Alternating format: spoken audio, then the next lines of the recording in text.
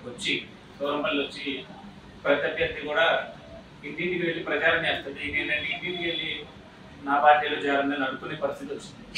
అలాగే నలుగురు చెకోడి పొగొడి గాలి ఏరుకొని ఆయన వెనకాల పెట్టుకొని నేను సూరంపల్లిని ఖాళీ చేస్తా, గన్నవరాన్ని ఖాళీ చేస్తా అని 151 స్థానాలు గెలిచిన 2019లోనే ఇప్పుడు 2024లో 50% ఓట్ షేర్ ఉన్న వైఎస్ఆర్సీపీతో నువ్వు పోరాడి గెలవడం అనేది ఒక కళ.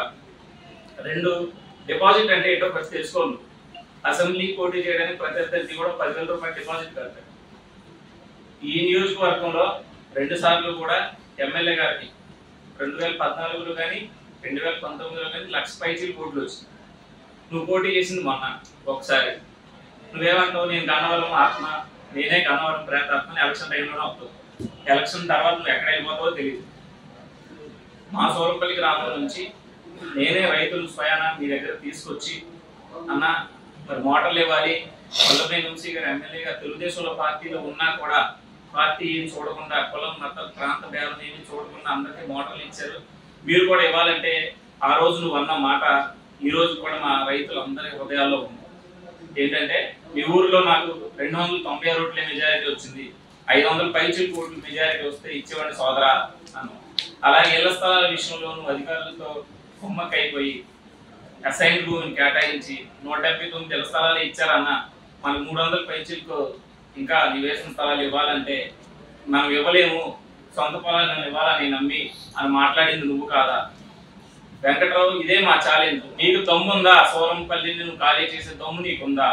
సూరంపల్లి వైఎస్ఆర్సీపీని ఖాళీ చేసే దమ్ము నీకుందా? అలాగే గన్నవరంలో వల్లభనేని వంశీ గారి ఓడించాను అనే ప్రగల్భాలు నువ్వు పలకడం చాలా బాధాకరం. ఎందుకంటే నువ్వు గ్రౌండ్ రియాలిటీ తెలుసుకో. ఎందుకు నీ వెనకమాల ఉన్న వాళ్ళందరూ కూడా ఎవరో ఏంటో నీకు తెలుసు. నలుగురు చెకోడి పొగొడిగాలను వేసుకొని వాళ్ళతో పాటు నువ్వు తిరిగి వాళ్ళతో సూరంపల్లిలో రాజకీయం చేయడం అనేది జరగని పని. అలాగే ఇంకొక విషయం కూడా తెలియజేస్తాం. సూరంపల్లిలో నువ్వేదో పెద్ద ఫిగర్ అని నీకు ఓట్లు వేయలేదన్నా. అలాగే గన్నవరంలో కూడా నీకు ఓట్లు వేయాలి. కేవలం జగన్మోహన్ రెడ్డి గారిని చూసి ఓటేశారు. కానీ ఈ రోజు పరిస్థితులు అలా లేదు.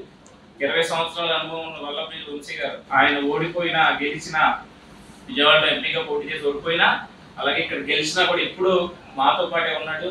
కులం మతం ప్రాంతం పార్టీ అని చూడకుండా ప్రతి ఒక్కరికి కూడా ఎవరు వచ్చినా కూడా సహాయం చేస్తా ఉన్నాడు. మాదల్లా ఒకటే ప్రశ్న నీకు, అయ్యా యార్లగడ్డ వెంకట్రావు, కరోనా సమయంలో నువ్వు ఎంతమందికి బెడ్లు ఇప్పించావు? కరోనా సమయంలో నువ్వేమైపోయావు? ఎక్కడికి వెళ్ళిపోయావు? దయచేసి ఇదందరూ కూడా తెలియజేయాలి, నువ్వు చెప్పాలి. ఎందుకంటే నువ్వు ఎలక్షన్ టైంలో వస్తావు. జగన్ గారు మన మాట అన్నారు, చంద్రబాబు పశుపతి, నువ్వేమో వెంకటపతిలాగా వస్తావు, వచ్చి ఆ 4 రోజులు కనపడతావు, మళ్ళీ తర్వాత కనపడవు. మళ్ళీ ఓడిపోతే ఈ మధ్య సమాచారం ఏంటంటే అందుకే టికెట్ కొనుక్కున్నా చెబుతున్నారు. మరి ఆ డిపాజిట్ డబ్బులు కూడా జాగ్రత్తగా దాచుకుంటే ఆ 10,000 ఉంటే నీకు మళ్ళీ అవి కూడా రాకపోతే అందుకే టికెట్ కూడా దొరకదు. కాబట్టి జాగ్రత్తగా మాటలు ఒళ్ళు నోరు అదుపులో పెట్టుకొని జాగ్రత్తగా మాట్లాడితే బాగుంటుంది. అలాగే నువ్వు చిన్న చిన్న గ్రామాల్లో వచ్చి అందరినీ కార్యకర్తలు రెచ్చగొట్టి నలుగురికి ముందుకు ఇచ్చి బిర్యానీ ప్యాకెట్లు ఇచ్చి మాట్లాడించే పద్ధతిని మానుకొని ఇప్పటికైనా సరే కొంచెం ఎవరైతే మంచిగా ఉండే వ్యక్తులు ఉంటారో వాళ్ళని నువ్వు హక్కులు తీర్చుకుంటే అదేనా అట్లీస్ట్ నీకు ఆడాలో పనిచేసి పెడతారు. నువ్వు అలాంటి వాళ్ళని కాకుండా ఎవరెవరినో 10 ఓట్లు వేయించలేని వాళ్ళని అందరినీ కూడా నువ్వు వాళ్ళతోనే గుర్తు పెట్టుకొని ప్రతి ఒక్కరిని కూడా ఇబ్బంది పెట్టాలని, ఓకే, అలా చేర తీసుకుని మనస్తత్వం కోల్పోయి కొంచెం జాగ్రత్తగా వ్యవహరిస్తే బాగుంటుందని మా అందరి ఉద్దేశం.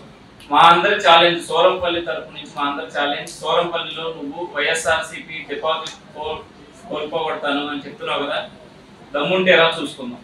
మేమందరం సిద్ధమే, మా గ్రామం సిద్ధమే. వైఎస్ఆర్సీపీ తరఫున వల్లభనేని వంశీ గారిని గెలిపించుకోవడానికి మేమందరం సిద్ధమే. నీకు దమ్ముందా? నీ కార్యకర్తలకి నీ పార్టీకి దమ్ముందా? చూస్తే రా చూసుకుందాం. ధన్యవాదాలు.